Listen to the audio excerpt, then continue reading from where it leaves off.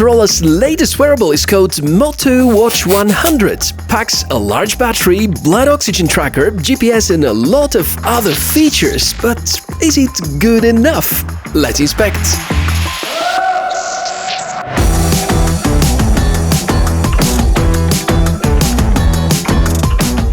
Hey, welcome, nice to meet you. Michael, my name, and what we do here on the channel is to inspect fresh and cool tech, smartwatches especially, and you can see anything from very budget-oriented smartwatches to more premium solutions, which cost quite a lot of money. In that regard, I'm really happy I finally have the chance to try out the Moto Watch 100 by Motorola. It's something that got released in the States in early 2022. And finally, it's a global release, so I have the chance to try it out for a couple of weeks and figure out whether that really is a good device. Probably you remember that since a few years, the brand Motorola is operated by Lenovo, so inside this body there is a lot of Lenovo DNA, and whether that's a worthy choice, we're gonna find out in the next minutes. Priced at $100, I think this might be among the good value smartwatches of 2022 if it delivers the performance we're hoping for. Motorola used to offer Wear OS-based smartwatches in the past, but this one is the beginning of an entirely different series based on a much simpler operating system which promises up to 2-week battery endurance per charge and a bunch of health tracking features. It stands up against devices like the first generation of Mi Watch, Huawei Watch GT series and Amazfit product line. Each one of these is famous for really good battery backup, but also for reliable fitness-oriented ecosystem. Unboxing. Since this is my first Motorola branded smartwatch, I was quite excited and eager to try out something new. From the very first moment, seems that you can feel the spirit of Motorola, despite the facts I mentioned a little earlier. Small box, good pack, most top features are noted on the box. Inside, here's the beautiful looking watch. 2 color options, this is the Glacier Silver, there's a black edition as well. There's the user guide with some easy to follow instructions, and the charging cable. It is magnetic-based connection, similar to the charging concept on most fitness trackers.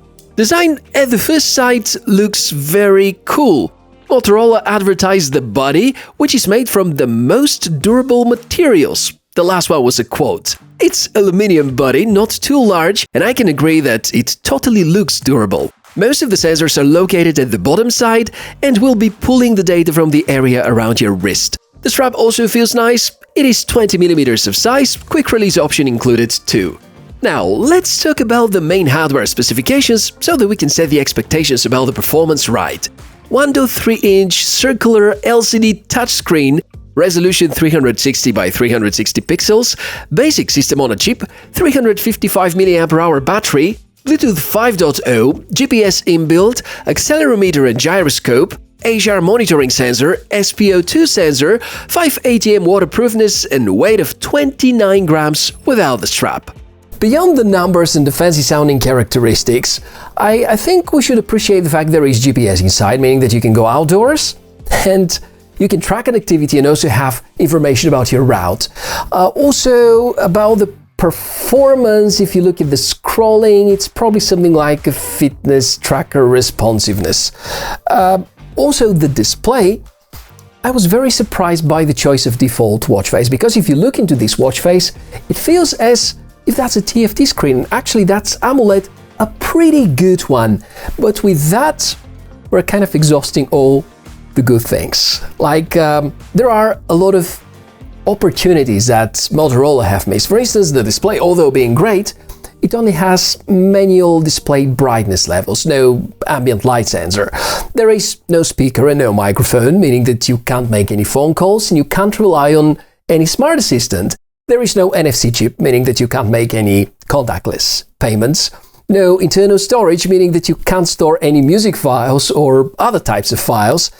And generally, this whole thing feels as if Motorola have taken a fitness tracker, added the GPS and packed everything into this fancy-looking body.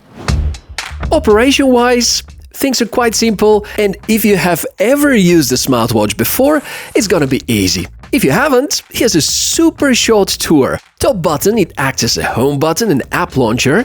The second button is configurable, but I insist on showing you the configuration. Just select key from the menu, then you're brought to something that looks like the app launcher and you select the action. Extremely confusing. Still, it's a nice to have. Long press options also have their implementation, but I doubt you're gonna use any of those. Swipe up and you're gonna read the messages. You cannot respond, you can only read, and there is a character limit per message, so you cannot read long emails.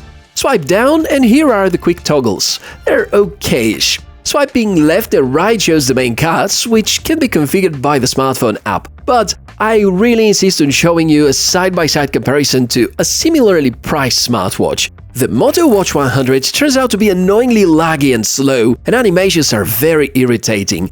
I think it is slower even than the Huawei Watch GT Generation 1 from 3 years ago, not even on par with the basic fitness trackers, and I think this is indeed its biggest weakness. As for the app availability, there's a good amount of them, but I underline that this is not Wear OS and you cannot install any additional apps. Essentially, what you see is what you get. The health tracking apps are nice, heart rate monitoring has been consistent and accurate, so is the SpO2 tracking. Both are pretty well implemented, and HR is being tracked 24/7. I can also praise the way Moto utilized the sleep tracking card. Excellent way to show the summary. Good to notice that it also detects REM. The remaining apps are rather helpful for either tracking some health parameters or supporting you with some basic daily tasks like stopwatch and timers. There's an alarm option, vibration-based. You can set it from the watch itself and it works great. Also, the watch can be used as a remote shutter for your smartphone's camera, which is also nice to have, especially for group photos. Since going through the settings wouldn't take that much time either, because apparently there aren't too many settings to configure, let's speak of the smartphone app. In short, if so far you enjoyed the watch, I do believe the app might turn into a deal breaker. For Android, I was unable to make it run on MIUI-based ROMs, no Poco, Xiaomi or Redmi devices. It can start, you can pair the watch, but after a while, it crashes all the time. Hopefully, at the time when you watch this video, it's gonna be fixed. With a Samsung device or an iPhone, it is a little better. The design is excellent, no light theme though, but that's alright. Good grouping of the data, and correct me if I'm wrong, but it resembles a lot from the feeling of Garmin Connect. So everything is easily accessible, cards are customizable, but I can't say I'm too happy with the way it looks. Some other apps like Huawei Health are, in my opinion, better designed.